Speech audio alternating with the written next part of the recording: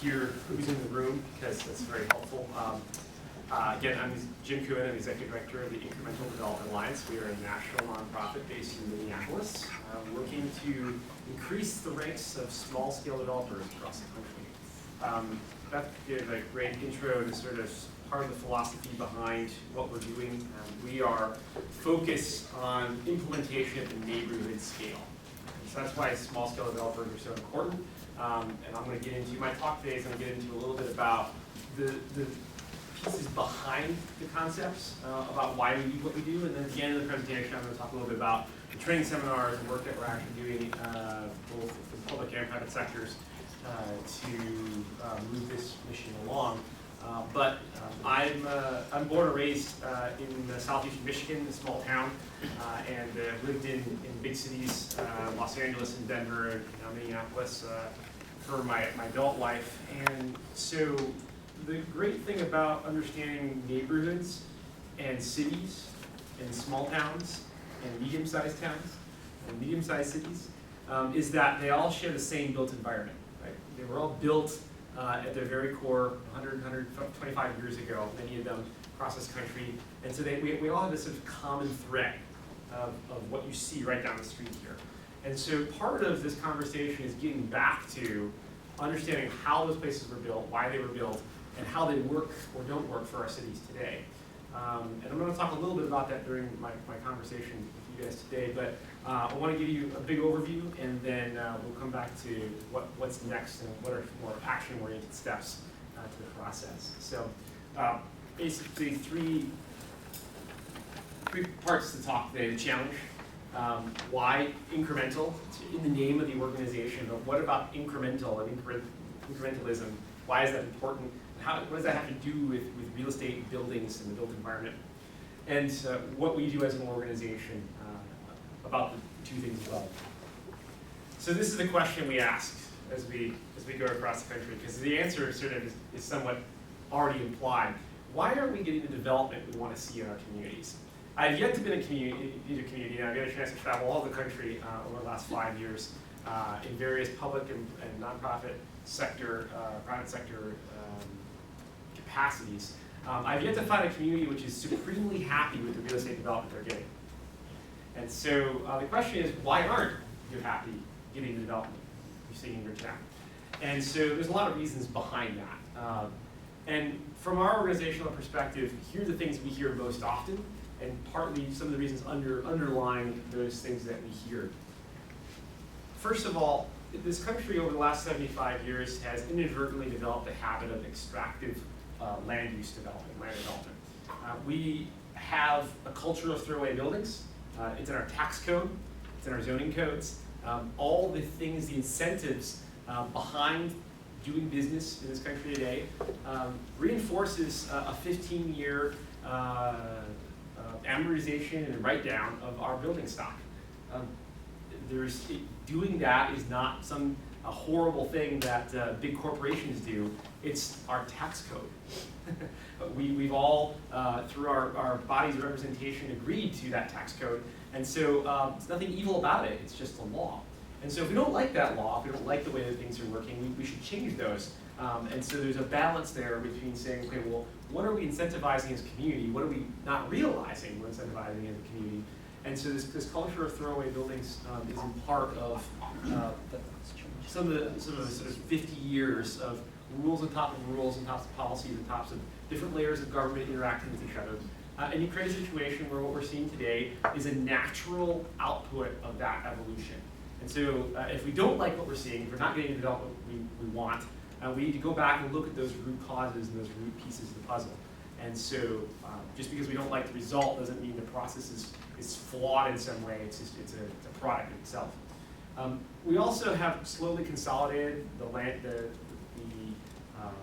ownership of land. And I will also take this a step further to say not just the ownership of land, right? Because many of us probably own a piece of property, maybe our house. But do you own that piece of property? Do you own more than 50% of that property? Only 32% of Americans actually outright own the property they live in today. So we're all homeowners, except for the fact that the bank actually owns the majority of the building that we live in. Right? And we have thing called a 30-year mortgage that made it possible for a lot of people over the last 5 decades to become part owners in the places that they live and work. But we also have to understand the underlying principles of who makes money and how does that affect our collective wealth as a community and as a country by doing that. And so when you actually look at who really owns the majority of the wealth in the real estate in this country today, it's actually in the hands of relatively few. And that allows a lot of influence and power to be wielded by folks who are in charge of those places. We have a deteriorating tax base. That many of you who are familiar with the Strong Towns message know all about that. In short, the development patterns of the last 50 to 70 years have been around the scale of the automobile. As it turns out, when you actually measure the costs of that infrastructure at a much larger scale over what farther distributed, geographically distributed, for the same amount of services, the same amount of tax base, it turns out those transactions are financially upside down. It costs more to build and maintain things at an automobile scale than it does at a human scale, like maybe here in downtown Fort Atkinson. And so that sort of tidbit of information of what scale are we operating at and how do we maximize the financial return on investment so that our cities can continue to deliver the services that they're supposed to deliver and our tax base supports that level of service. We are upside down in that equation, not only in cities here in Wisconsin, but throughout the country. And so what can we do individually as community members to not only enrich our own bottom lines, but to actually enrich our communities at the same point in time by having higher returning investments in our real estate that turn into our tax base. And finally, going back to that little 30-year mortgage business, also understanding a little bit behind the mechanism of a 30-year mortgage. How much money do we pay for the opportunity to have a mortgage? Has anyone ever looked by chance, they maybe signed a mortgage, and the back of that stack of paperwork you signed 25 times, there's a little chart, it's called an amortization table. It actually shows you every month, 360 payments, how much you're paying in principal, which is the actual loan you're paying off, and how much you're paying in interest, which is sort of the right or the opportunity to pay that principal. And if you add up those two columns, principal versus interest, in some cases you may find you're paying more in interest than you are in principal. Right? If you think about that over 2 or 3 or 4 life cycles, 4 generations across this country, you realize that we have a system which essentially, while a lot of us now have ownership, right? Because we have a monthly payment we can afford, and therefore one day in the future we will actually maybe own that building. We also pay quite a serious price for that long term of a residential mortgage. And so helping people understand the mechanics behind this is crucial, because we're going to spend a lot of time in the back end of this presentation talking about how residential real estate works and why that matters in terms of the wealth of our places. So to recap, we are looking at this habit of extractive land development is in part a function of how our cities work and how our private sector development works. Whether you're a small business owner, whether you're a resident, everyone is involved in the real estate market, even if they don't own property. And understanding how we set incentives and rules that make that ecosystem work or not work. So what does this look like? I talked about extractive. The reason we talk about extractive is that the wealth generated by the real estate transaction largely leaves the community. That's what we mean by extractive land use. And so a building that is large and has many units has a large overhead. It's usually done by entities that are large enough to be able to cover the cost of 2 or 3 years to get that project from start to finish. It's usually not done by small operators. And so therefore, that wealth is in large part usually not from the community, and it doesn't stay in the community. A smaller building has a much higher chance of actually keeping that cycle of wealth from transactions, the people working on it, people building it, people maintaining it, people who will own it over time. And so the reason we talk about regenerative wealth is also talking about businesses. Who are the people who are in it, in the residence area? So for instance, if you want to open a donut shop today, right, there are 2 models. Right? You have the Dunkin' Donuts model, which is a franchise model, nothing wrong with franchises. other than the fact that a franchise model, in many cases, part of that efficiency, part of that business model is to say that we're going to give you all of these services, right? It's a part of the deal. You're paying part of it. So if you want to get a donut franchise, you have to have $500,000 of net worth, right? It's a lot of money, or it's a big loan. It's a crushing amount of debt in some cases. And so rather than the donut shop, right? The one single story front, the person who owns their building, owns their business, and can build that $500,000 worth of wealth over the course of their career, as opposed to having to, remember I talked about that amortization thing, pay for the opportunity for taking out a big loan and then pay that back over time, right? See the difference, right? Our ancestors didn't have these models, right? They only had the small incremental, we're going to do it with what we have. We can only build one story and with a little storefront and live in the back, which is actually what's going on here. That donut shop actually has a 700 square foot studio in the back of it. This is how we used to build wealth. This is how we actually built enough wealth up from the 1900s to the 1950s to actually financially support building the way that we started building after World War II. It actually took a lot of money and a lot of wealth to build that at the beginning of the cycle. And so we did that because, well, we scrimped and saved, and we actually we owned what we owned, and the model was set up accordingly. So at Incremental Development Alliance, and within the process of our training workshops, we actually talk to people about being farmers, right? A regenerative cycle. Farmers know the weather, they know their soil, they know what their crops should look like when they're healthy or when they're sick. They know the price that they can fetch in the marketplace for their crop. Okay? These are all very similar skill sets and ideas that you need to be a successful real estate professional at the small scale. And also, they have a field. They have a finite area by which they keep very close track of what's going on.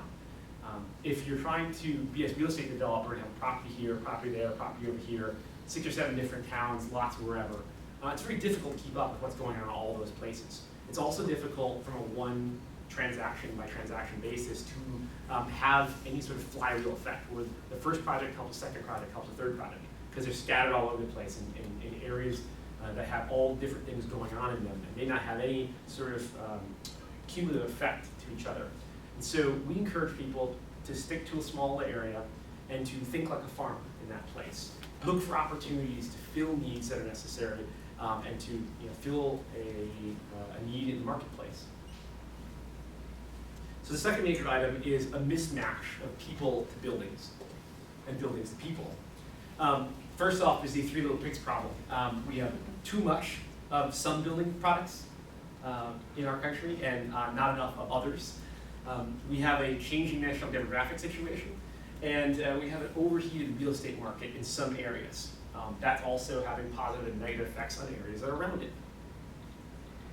So first of all, if you want to really, well, I'll save that for a second. In large part, this is one of the facts that we have to face as a country today. We've gotten really, really good at building this thing called a single-family house. To the extent that 63% of the housing stock in this country today, over the last 10 years, probably worse now since 2005, is single-family houses. Okay, that's a lot. It's a lot. And so that's good, right? We as a country did generate quite a bit of economic activity building single-family houses. The issue is that the way that we formulated those houses, where we placed those houses, how we sited those houses, are all in a place where most likely the next thing they're going to be is a single-family house. It's very difficult for that thing to change, for those neighborhoods to change or to evolve to be something else. They're very inflexible, they're very rigid. And so to the point which many subdivisions over the last 20 years are set up to be at a certain niche price point. Here is the subdivision for the houses between $225,000 and $250,000. And over here is a subdivision for $300,000 and $350,000 houses. And over here is the houses for the $150,000 and $175,000, right? You have to move subdivisions all over town when you want to move up, right? That was on purpose, right? Because that's really efficient for home builders to build that way. Is that good for our community? Is that good for our society? Is that good for, that question, can be answered a lot of different ways. but just understand that our built environment today is largely predicated on those underpinning factors. And this idea that we have a lot of single-family houses that can't be easily something else is an important thing to keep in the back of your minds and think forward about the other ideas that we're talking about. Here's where you, if anyone's looking to lose a lot of sleep, if you just are getting way too much sleep and need to find something that will gnaw at you at night and just keep you up, Arthur C. Nelson's Reshaping Metropolitan America will certainly do that for you. It turns out that everyone who will be entering the real estate market in the next 15 years has been born and counted, right? So think of a 15-year-old, right? They're maybe in high school today. In 15 years, they will be in the middle of multiple stages of real estate investment, as a renter, as an owner, as a lot of different things that are going to happen between now and then, right? They're born and counted, right? People who are born, my son's 2, right? In about 15 years, he might be headed off to college, he might, get a dorm room for a year, and probably will end up renting, he will be entering the housing market, right? And so, because we know this, because we have censuses and we have this information, we actually know what's going to happen. And so one of the things that comes out of this is that we have a huge mismatch in the housing types that we have and the housing types that we're going to need as our country dramatically shifts to single-person households. Okay?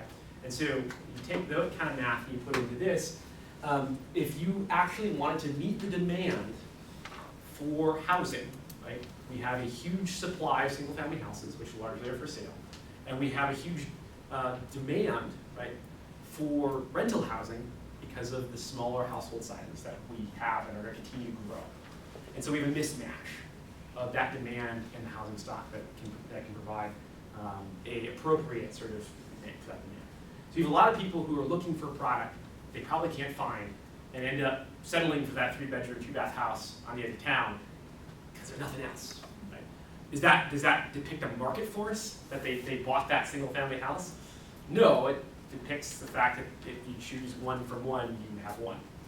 So thinking that through, understanding where the demographics are moving, and that it's just basic numbers. It's nothing, you can read it a lot of different ways, but it's just facts that we need to think about how we want to deal with. Can I ask a question? Yeah. How does the condominium model fit into that? No particular way, or there's not any factor. I mean, yes or no. it's single ownership, but Yeah. it's not single family housing. So True, and so there's nothing to say that there isn't anything for or against it. This isn't about for sale housing or rental housing. It's the sense that condominiums are just a form of ownership that can be more flexible, right, than a single family house as its own detached thing.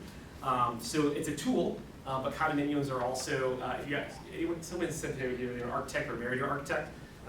Anyone who's an architect will tell you that they will not touch a condominium because we have such crazy laws today about lawsuits and liability for people who design and build condominiums. So, it's just another form of the tool that we use, but there are also some drawbacks to that tool as well. So, as great it would be to build multifamily buildings that you could buy and sell, it's not all roses either.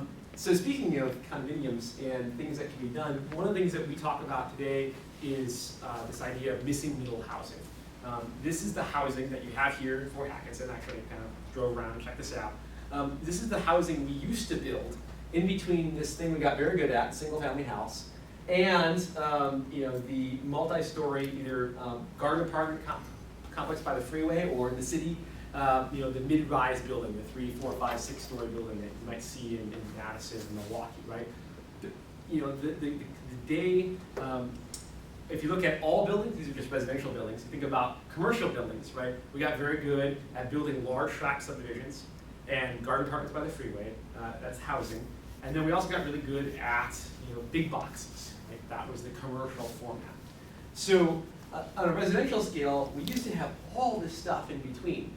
Duplexes, quadplexes, bungalow courts, which are little detached cottages in close formation. Small courtyard apartments, which can be rental or for sale. I actually spent a lot of time in California building little courtyard buildings that were actually condos. townhouses, sort of 3-story walk-up buildings, these sort of multiplexes. There's stately old brick buildings that you see often from the teens, 20s, and 30s.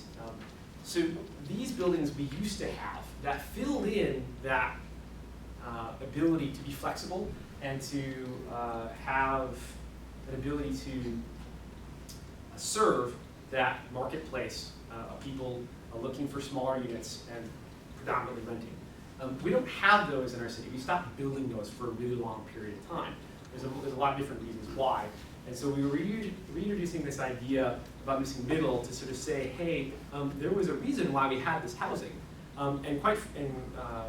One of the things that we should know, especially in larger cities today, some of the most affordable housing that we do have are actually these buildings which are 75 to 100 years old, right? Because new construction is costly.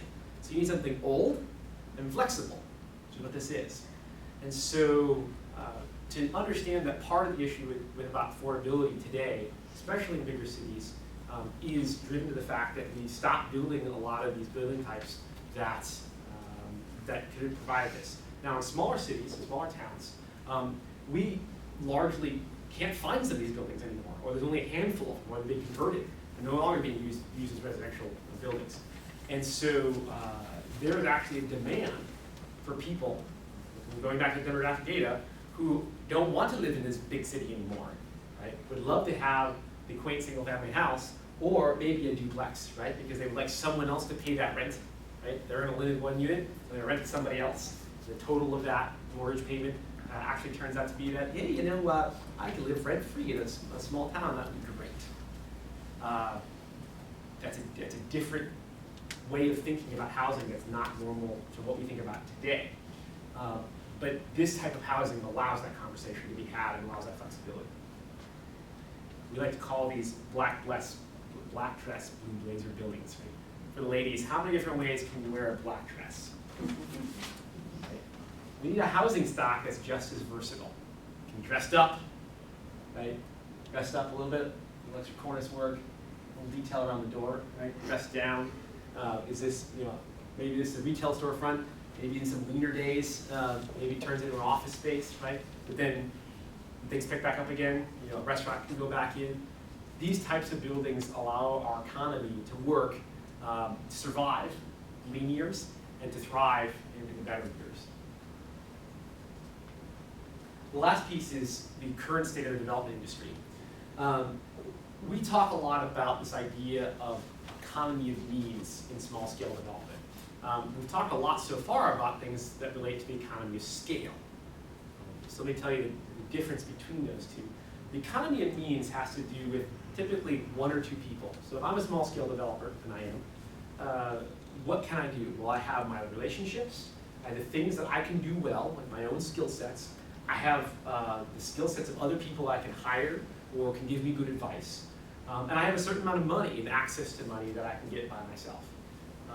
But that's about it, right? That's a finite amount of things. And I have to be able to do what I can with that set of resources. The economy of scale goes back to that big tower that we saw earlier, which is to say, in order to get through zoning and building codes and paying lots of professionals to do their work, and go through the process of financing and get a normal, what we think of as a normal real estate transaction on the ground today. We typically need to have a lot of money in the bank so we can pay for all the soft costs up front. And we need to actually have a big enough building that actually pays for the amount of time it takes to get through all those steps and get a building to come off the ground. Now, my wife works in affordable housing, right? Any one of those types of transactions typically has 7 to 13 sources of revenue to pay for the building. Sometimes multiple governmental agencies are involved, right? State, local, and federal funding. Right? Can you imagine, and I'm learning quickly as my wife is working here, what it's like to have that many net masters and how long it takes to get simple things done. But that's the only way today that we seem to be able to build affordable housing. This long drawn out process takes 2 years to get something out of the ground. And so my wife has a job paper pushing all those forms, all those government agencies, all those tax credits, right, to make this thing that comes out the other end called affordable housing. Okay? That's an economy of scale. You need a lot of units, a lot of land. You have to sort of work things through. Same thing for, say, production home building. You buy land cheap up front, get an option, and then build houses later on, like when the market catches up to that plot of town, that next mile out. You bought it cheap, and you're making 1 or 2% profit on each house, and you made a lot more of your money because you bought the land right up front. And so over 50 houses or 100 houses, over dozens of acres, that's how you make money. It's a completely different model.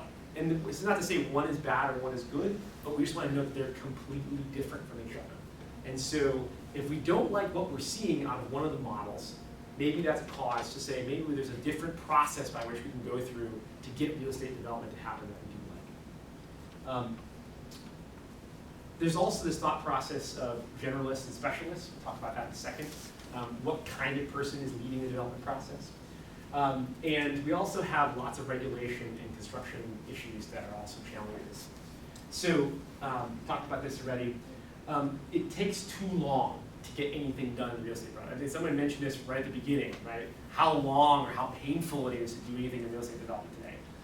There's actually an idea out there called lean urbanism, which is trying to find ways to reduce that regulation because the people in the generation that grew up slowly over time as regulation was continue to get more and more and more and more. It's kind of like the frog in hot water, right? As the temperature slowly turned their way up, they didn't notice, right? It's like, oh, it's just a little bit hotter than it was yesterday. It's a little bit more cumbersome than it was before. We've reached the point where if you're starting from scratch, if you're just entering the industry, trying to understand and navigate things that don't make sense because they weren't done by one hand, they were sort of aggregated over time, and no one really figured out how they all work together. It makes it very difficult very risky from a development perspective to actually figure out how to make it work.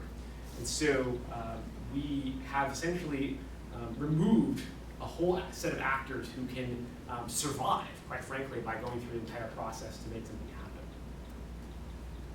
So I want to show you this little diagram. We have two axes here about development. Small and incremental to large master plan, corporate, institutional, to entrepreneurial and bootstrap. The real estate industry, as we know today, is largely up here in this quadrant. Right? Large companies doing master planned, maybe phased over time projects. If you try to cross the other two quadrants, right, it'd be very difficult for large companies to do very small projects. Right? They can't quite make the numbers work on that. And very difficult for a bootstrapped operation to do something large and master planned. Makes sense. So what we're talking about in small scale development is actually down here, right? Different set of operators. And actually these two can coexist because they're operating in completely different phases and completely different subsets of time and place. So here's the issue. If we're waiting for these guys to come down here and take a completely different operating system, a completely different place, we're going to wait a long time. Because that model doesn't make sense. That model only produces certain things in certain places of town with the right zoning, and the right financing, and the right circumstance that you can do the next project after you've done that. Okay? That's why you see what you see. There's an incentive, there's a process, there's a loan, there's something out there that makes that the path of least resistance, public or private, that produces that product, which is why it happens over and over and over and over and over and over again. And it's easy. We have to make it easy to do something else if we want to see something else happen. Everything we have today is a function of it being easy to do what you see. And so if you don't like what you see, chances are no one's also coming to save you and say, well, here is the bright idea that will create something completely different under a new set of circumstances that was wholly untested and we don't know how it works, right?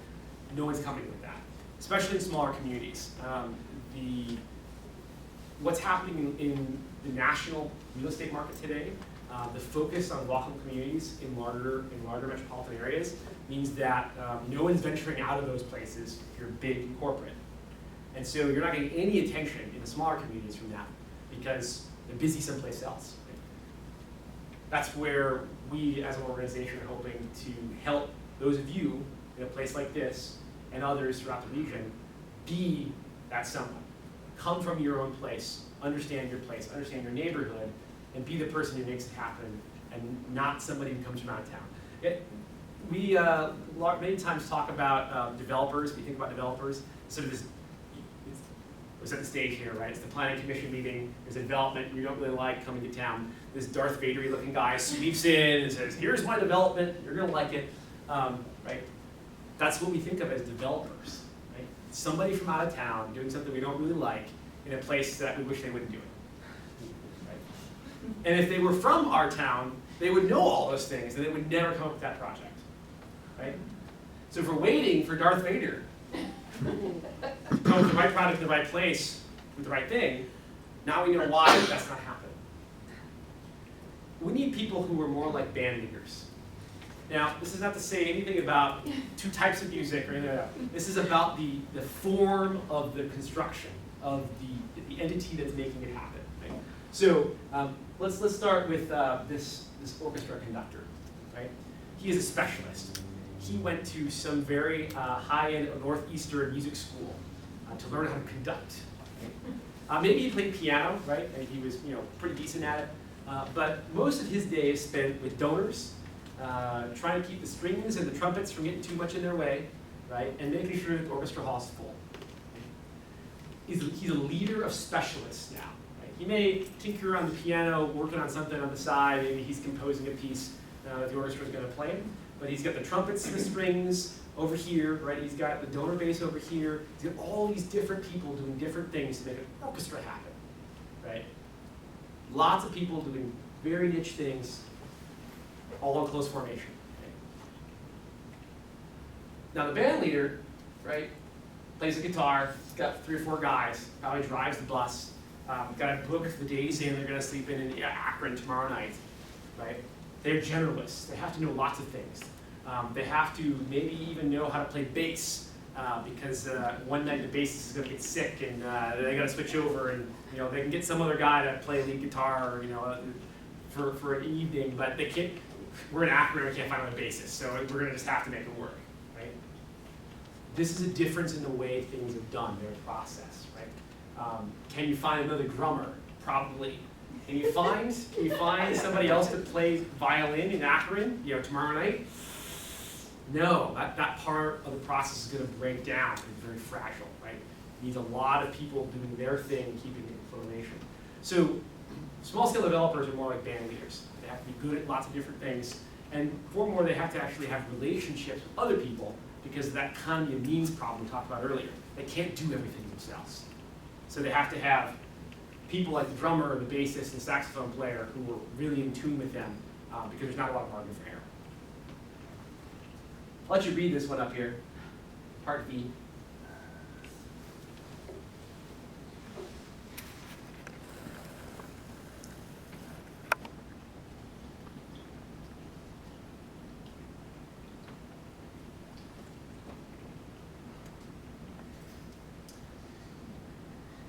Tea room and cafe can be found in these following districts. Shall only be permitted in structures that are more than 50 years old, contain 3,500 square feet of gross floor area. It can have only a maximum of 10 tables, and can only operate between the hours of 10 a.m. and 9 p.m., which is exactly when you want to get a cup of coffee, right? Right about 10:30. Yeah. Yeah. Because you're wide awake after waiting 4 hours with your first cup of coffee. This is a real code, actually, in Kalamazoo, Michigan. And we were really excited because we thought maybe the Tea Room Cafe, with its only 3 parking spaces per 1,000 requirement, would be a great place for various types of restaurants and coffee shops to be able to operate, as opposed to the regular restaurant parking provision, which had 10 spaces per 1,000 square feet. Until we actually read what the definition of Tea Room Cafe was back in the use section in the appendix under a dark rock, and found out that's a little specific. Right? And yet no one knows why this is on the books. Right? This is normal things that happen in our zoning codes today, which elicits these responses about what is going on here, and why this is going on. Our zoning codes, if you understand them to be the aggregation of lots of things we try to prevent from happening over a long period of time, with no one ever going back and trying to straighten out if there are any conflicts or weird idiosyncrasies about them, is the environment by which we try to get real estate development done today. Right? And furthermore, we basically copied those provisions from one town to another over a long period of time. There's very little new stuff or code that was specifically written for that place. And so we ended up with this, which was probably very, very specifically written for a certain place and time, until no one can remember why or what. And so now we don't functionally have a classification for a working coffee shop in Kalamazoo, Missouri. You know, a town of 75,000 people, and that's what you have. Right?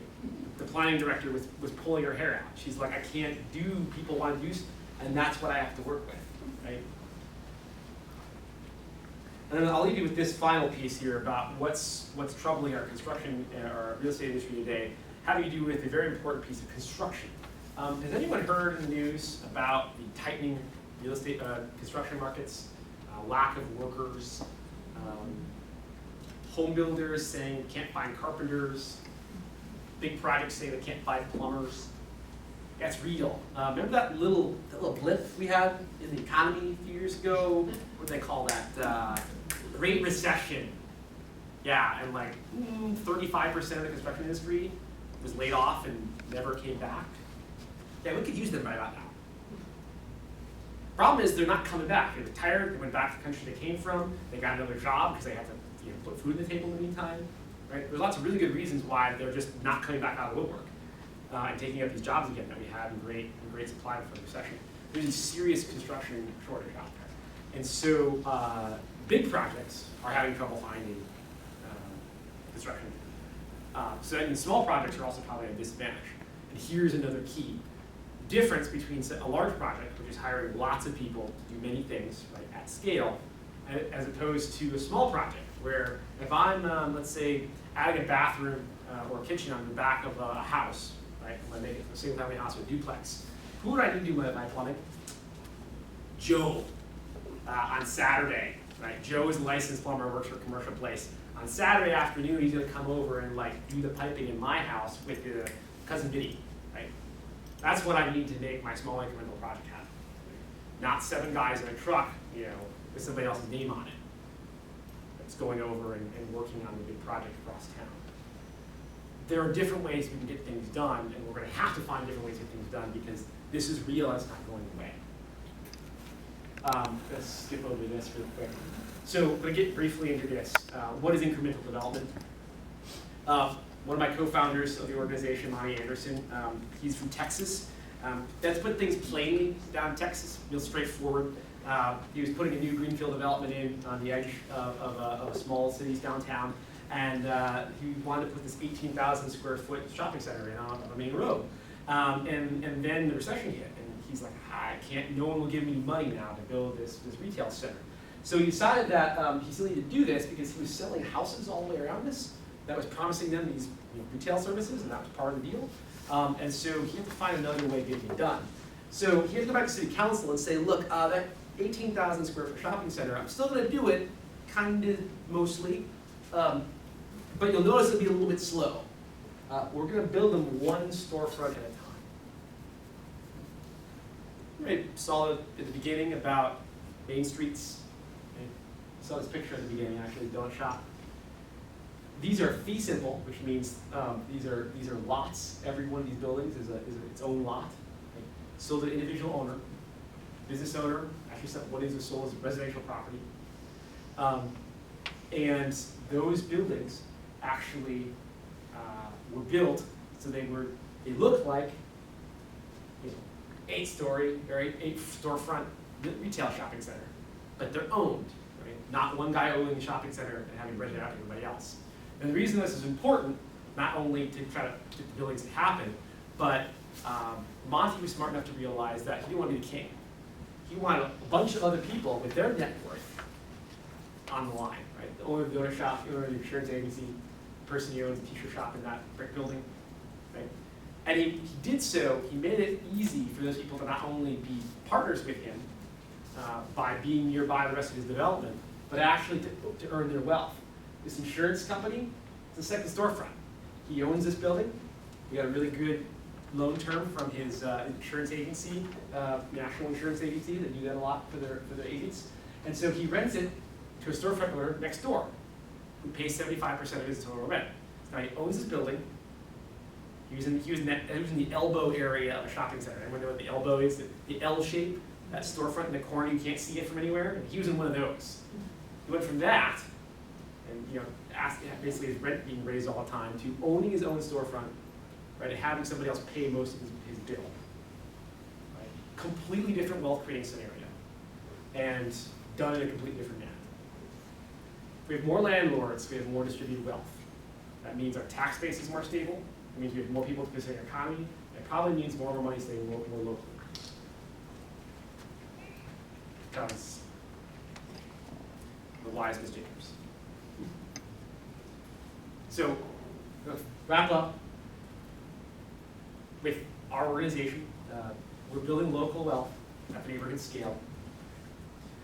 And we do three things. We train, we coach, and we connect. The training, we'll talk here in a second about, if we turn the lights up, which is one of the things we might be talking about doing here in Wisconsin. Coach, we do special pilot projects throughout the country to talk about, to help people work on all these issues we just talked about. See, there's a lot of issues out there. You fix one of them, you're probably still going to be stopped by 4 other ones. We're actually working in places throughout the country to try to tackle them all at once. That's really difficult. So we're only doing them in a really small geographic area, so we can get it right, see what happens from there. Connecting folks working in the public sector side as well as private sector developers, connecting those folks together and making that information share possible as we learn our way forward. And in general, making cool stuff happen. So I'm going to skip through this last piece here because I think some of you have already heard some of these pieces. I do want to mention this. The other problem we have, besides demographics, is also getting back to that building distribution issue. Where are our buildings and where are our people? This is the Twin Cities. This is a map of the 7-county metropolitan area. The red is the built environment, right? Anything that's been sort of built out or touched. It's not prairie green. And the purple is sort of the walkable urbanism stuff that was built 100 years ago. I have another drawing that, I'll go to that. I have another drawing that basically talks about, and looks at the built out area in 1914, which is the exact same size as the purple area is today. Basically, we've gone 100 years, and we haven't built any more of that walkable urbanism stuff. And yet, the demand, right, is gone in a different direction. So we have a further constraint or a further challenge in the fact that because we don't have a lot of old stuff anymore, and we're not making any new of it, like we have a further stress on our places. This is what we have to do in the meantime, right? There's no good solution to any of this. It's a very complicated situation.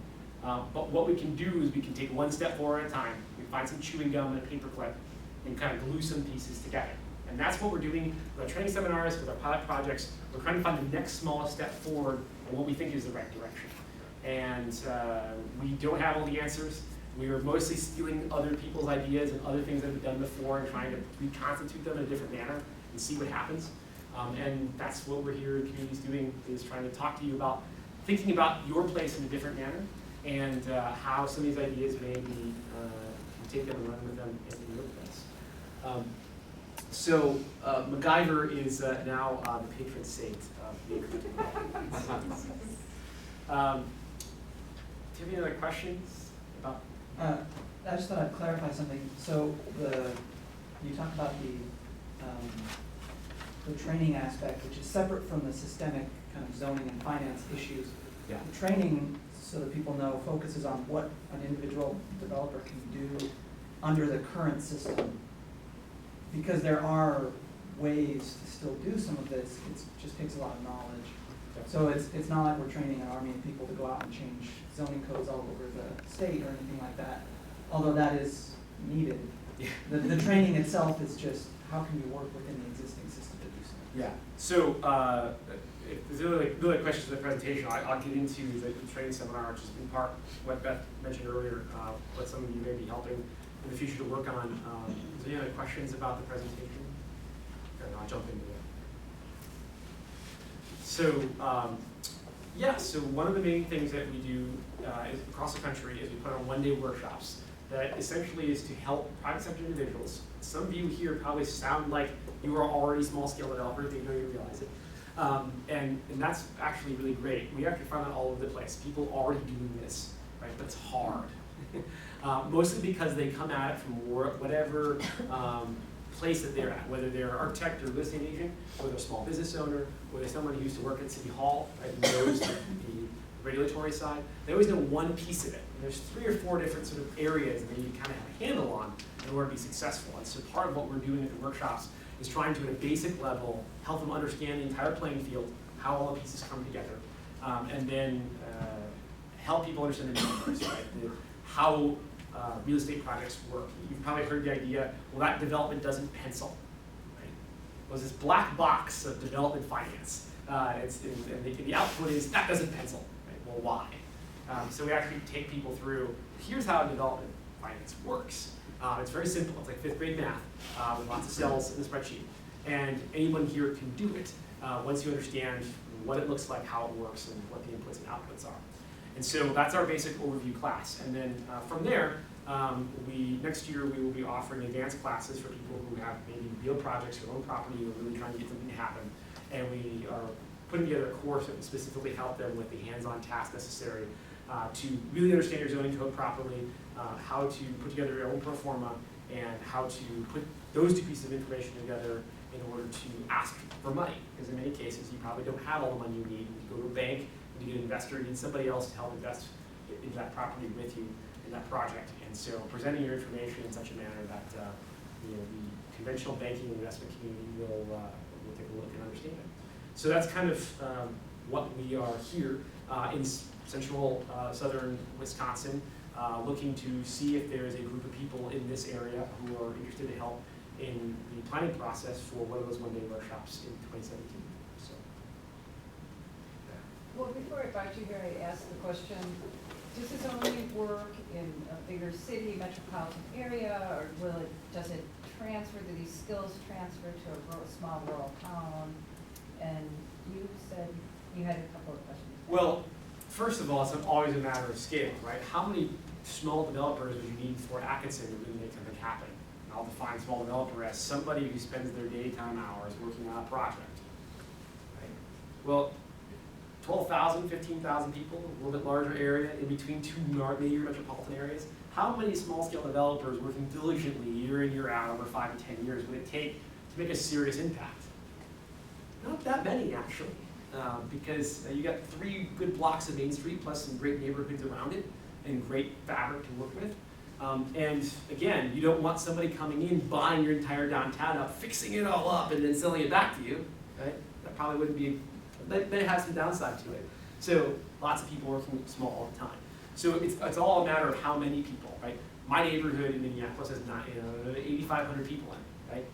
So I need the same number of people working in my neighborhood. My neighborhood just happens to be physically a lot smaller. It's also more difficult to get involved in because real estate values in my part of Minneapolis have started to rise. Where here they actually may be far more accessible and the opportunity might be greater. So it's always a matter of scale and a matter of opportunity in how you're set up. And this might be something you do as a secondary thing, as a part of your regular business. So say you own a business and you're renting from someone else. It would be great to own your own building and rent a second floor, rent a back unit to somebody else, right? So it might just be something you do once or twice. But in a city like Fort Atkinson, if you had 10 or 20 people doing that, right, you'd have a noticeable impact on what's going on real estate. Well, What kind of projects have you started that are still going on? How do you follow up with them? What have the results been? Where are they? our organization is very, very young. We are not even a year old yet. We are, again, in part intellectually as well as practically a combination of ideas and actions from other groups of people. And so it was through just the sheer demand to make these workshops happen that we sort of came to be our organization, our own organization. And so all that is still in the works. We've trained about 600 people so far in the last 8 months. That we've been actively doing a lot of these workshops, and our calendar's full through the end of the year, and That's why we're already planning for 2017, because I got no slots left for the rest of the year. So, yes.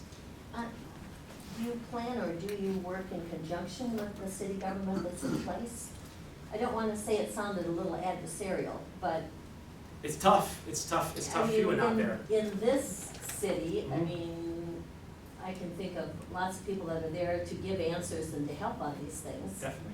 And so you've got people in place or people knowledgeable on these things. Is that something that you work with, or is this a separate entity? We try to help prepare folks individually, because we're teaching people everywhere, so we don't know what the situation is. We assume the worst and hope that, and we train you for the worst, so that we pleasantly surprised when you walk into City Hall here in Fort Atkinson, and they're welcome with open arms to make sure that your development project can happen. That's largely not what happens, and so we're trying to get people to understand how it works and how they can take advantage of places that do work. And we tell cities who ask us to come lecture, and we go to conferences, and we do our pilot projects, and we say, hey, look, we're training all these people. They're amazing folks. You should meet some of them. They would love to transform your city in a really positive way, doing this, this, and this. These small problems you have, maybe you could look into them. So some of the pilot project work that we do in that coaching section is specifically trying to work with public sector entities, nonprofits, and others to make those things happen. But it's a jungle out there in terms of being on the private sector side. But there are some ways to present and structure your projects to make your risk much lower, so that those things go through much better. So this is one of those issues, one of those ways. This was during the recession. One of my co-founders, John Anderson, he was like, well, it's 2009. I'm a builder, my partner's an architect. What if finance as we know it never comes back, right? The big projects. He just got diluted out of a 200-acre master plan that he worked for 12 years on. Right? So he knew what too big to fail looked like, because he watched it go down the tubes. And so he's like, well, what do we do? What do we do next if we never find the big commercial master plan thing to come back? And so he went digging through about 200 pages of FHA underwriting guidelines and came up with this, which is a small 4-unit with some non-residential space, 5th unit, that conforms to the underwriting standards of a conventional FHA or FHA 30-year mortgage. Did you know that a 30-year mortgage can be 1 to 4 residential units, plus up to, at that time, 25% non-residential space, now 49% non-residential space. So you have 1, 2, 3, 4 units, a single stair, no elevator, a non-residential space, and that bike storage area was extended just an extra foot, so it'd be 24.9%, still the threshold. This is a house, as we all think of it, as your banker would think of it. So if you're going to go to a bank and say, hey, I would like your 30-year loan product that helps me underwrite this 1 to 4 unit building, they'd say, oh, sure, that'd be great. Here you go. Here's the forms, right? Let me put this to you a different way. I have this mixed-use building, right? I have some residential. I have maybe a retail storefront or an office space. What kind of loan could you give me? Commercial loan. Yes. Yeah. Different down payment, different terms, different everything. Right? This building also is specifically engineered to meet building code requirements, so you do not need an elevator. You also still meet fair housing. If you put a 4th unit on this floor, right, and do not have a ground floor unit, you will need an elevator, right, because of Fair Housing Act sort of stipulations. So all these things teaching to the tests of zoning, of building codes, of private finance rules, underwriting, all of those different things. So there are tracks, and essentially what we're trying to do is train people to find a track, find a business model, stick to it, get good at it, build a reputation, put enough daylight between you and that Darth Vader looking fellow that comes to town next to you, right? and build up from there. Have you ever worked with investment groups, where a number of people get together on small scale, invest to create something like this? 2 things. Crowdfunding has come a long way, although it's not quite there yet, but there are some changes recently with federal regulations that have allowed those types of mechanisms for smaller donations, under $50,000 for investors to come about. One of the pilot projects we're doing down in Georgia actually is also, though, working with the Regional Economic Authority and a number of foundations who have connections to high net worth people to create a pool of investors who want to invest in local real estate. So on that other end of the scale, where do you find people who are looking for a return? Quite frankly, there's more money in the marketplace now looking for a good return than there are things providing good returns. Way more money, right? That's why you see what's happening on the coasts, right? In Vancouver and Boston and DC, you see foreign capital just buying huge buildings. Why? Because they have high return on investment. So they're not buying them because they want a piece of New York. They're buying them because there's a 6% return. Right? It's not very much, but it's better than almost anything else you can get out there today with 0% interest rates. So the idea that you can invest in your community and actually get a 7 or 8 or 9% return or more, right? Actually, pretty good financial prospect. So we're trying to figure out how do you help capital in a place actually organize itself, because we largely haven't done that in the last 50 years. Yeah. I'm wondering if you're training people and teaching them how to be a landlord, because that seems like, boy, that's something a lot of people wouldn't want to step in. I know of someone who just tried to rent out a house she owned, and she got so tired of having to check criminal backgrounds Yes. and just, It getting is. spooked by this. Yeah. We have some of that missing middle housing. We have historic homes that are divided into several smaller units, or some that split above retail, but a lot of it's not especially attractive. So I'm wondering, are you training people to be landlords and develop, like a more attractive form of this? And what comes Yeah. first, the demand or the supply? A little bit of both. Yeah, the answer is yes. And we figured out that construction and managing properties has got enough knowledge required to sort of do it well that it's like sort of split off in its own course. So it's going to be its own one-day course here coming soon. We have been teaching pieces of that as we've gone here, but we're actually bifurcating. We have sort of a 5-step process, and so those 2 steps come at the end, because it's a major situation. If you're going to set up a real estate business and you're going to sell things, it's a very different real estate business than if you're going to hold those properties and rent them. Your taxes are different.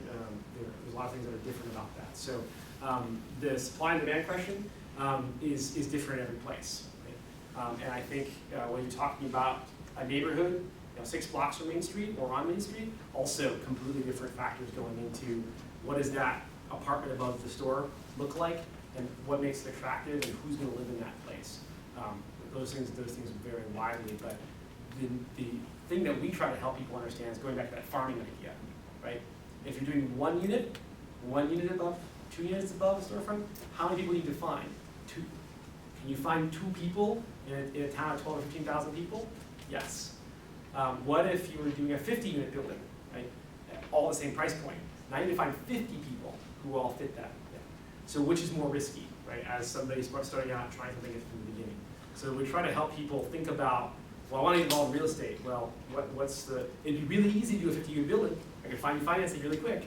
But then you're going to have to hope that somebody else isn't doing a 50-unit building at the same time, because you're competing for rarefied air.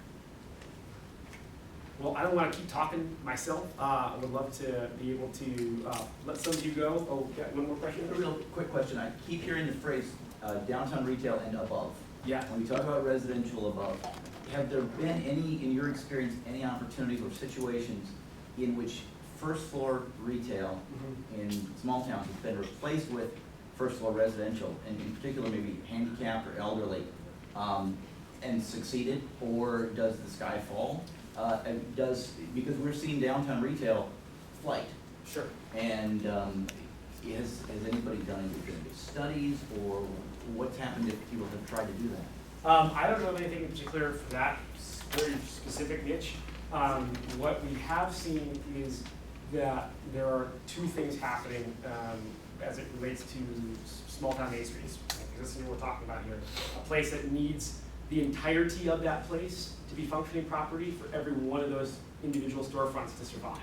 Right? An individual storefront by itself can't make it. Right? You need the whole thing. Just like a strip mall or indoor shopping center, right? It needs the whole shopping center, right? Otherwise, it needs the anchor, right? So we've seen the necessity to make sure that the whole thing is functioning properly and is healthy, so that the individual storefronts can be healthy. The second thing we've also seen is that in many cases, the storefronts of yesteryear were smaller. And sometimes those smaller buildings get either bought up or consolidated or whatnot, and they turn into large spaces. Spaces bigger than small businesses can afford to rent. And so a big part of working with economic development